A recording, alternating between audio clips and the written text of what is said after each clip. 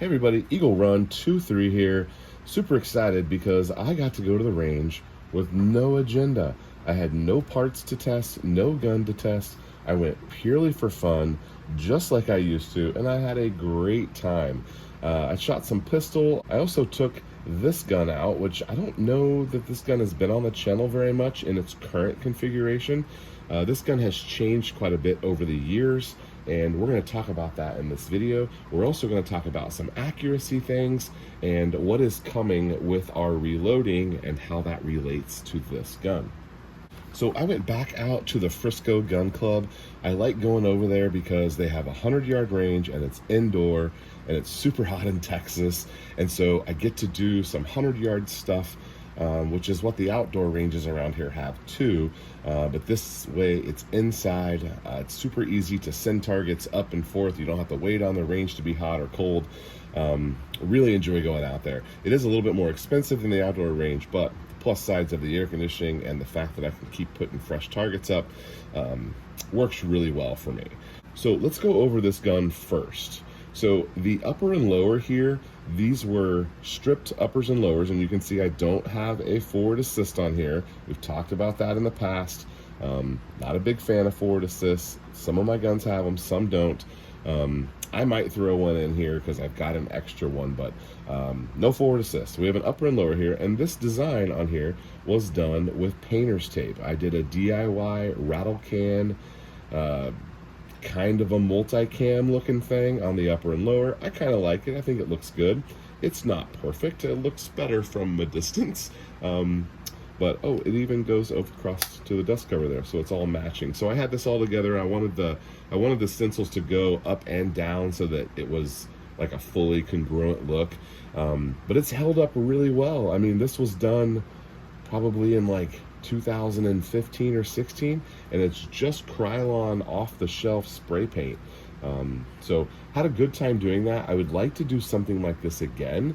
In fact, I have a couple of raw uppers and lowers that we might be doing something, our own paint jobs with rattle can on there again. We have a trigger job on a mil-spec trigger.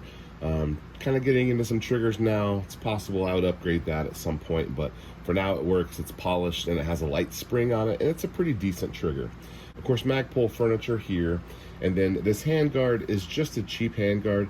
I also spray painted it, and it's probably showing the most amount of wear, but I don't mind it at all. This is a very heavy handguard. Just the technology over the years, it's key mod, and most things are M-lock now. I'm not going to attach anything to this gun. It's got a rail on the bottom if I wanted to bipod it up or something, or even put a flashlight or something on there, but I'm not doing that with this gun. This was the original upper, lower, and handguard that we had on that bear claw barrel. So a couple of videos ago, we talked about maybe resurrecting this thing for a future build, and it's just coincidence that I had this gun out. We're going to clean it, and this is the barrel that was originally in this gun. Now, it had a different bolt and it had a different optic.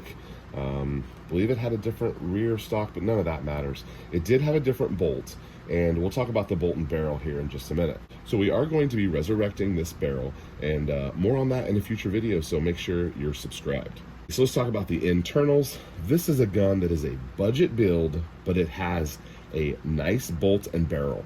We have a Faxon 18-inch barrel on here. Not the highest end barrel, but a high quality barrel from a high quality manufacturer. And we have an Aero Precision nickel boron bolt. So you can see in here we have this Aero Precision. It's the nickel boron. It's a quality bolt, quality barrel. The trigger, it's all right. So we should have a bit of a setup for some decent budget accuracy. So let's see how we did over on the 100-yard range. This was the target that I shot first. I don't know why I shot, I don't remember why I shot 4 rounds here, and maybe there's 2 in that hole. That hole's a little oblong, but a 4-shot group, maybe a 5-shot group with some American Eagle ammo, this is totally acceptable to me, and I was pretty happy with the results. We're not able to get all the way in with just the 1 to 4 here. We're not really set up for like super accuracy.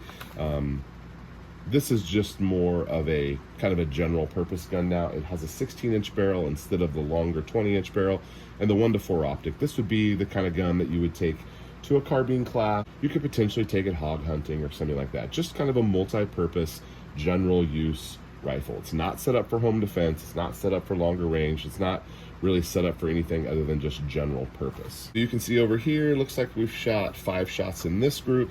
I believe I did do some tweaking on the scope here in order to get some things a little bit lined up. I was doing some holdovers and and then I just decided to take the turrets off and start adjusting. And so we have a group here that is off to the left, pretty consistent with what we had earlier.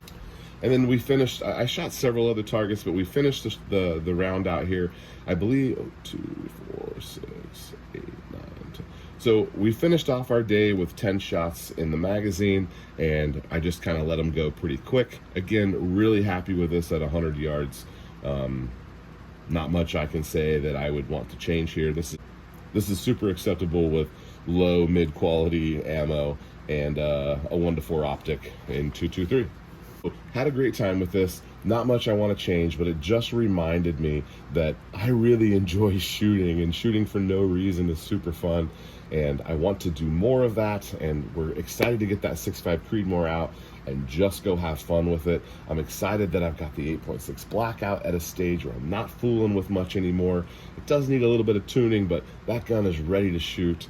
We're kind of at a good spot with a couple of our projects, and I'm really excited about that.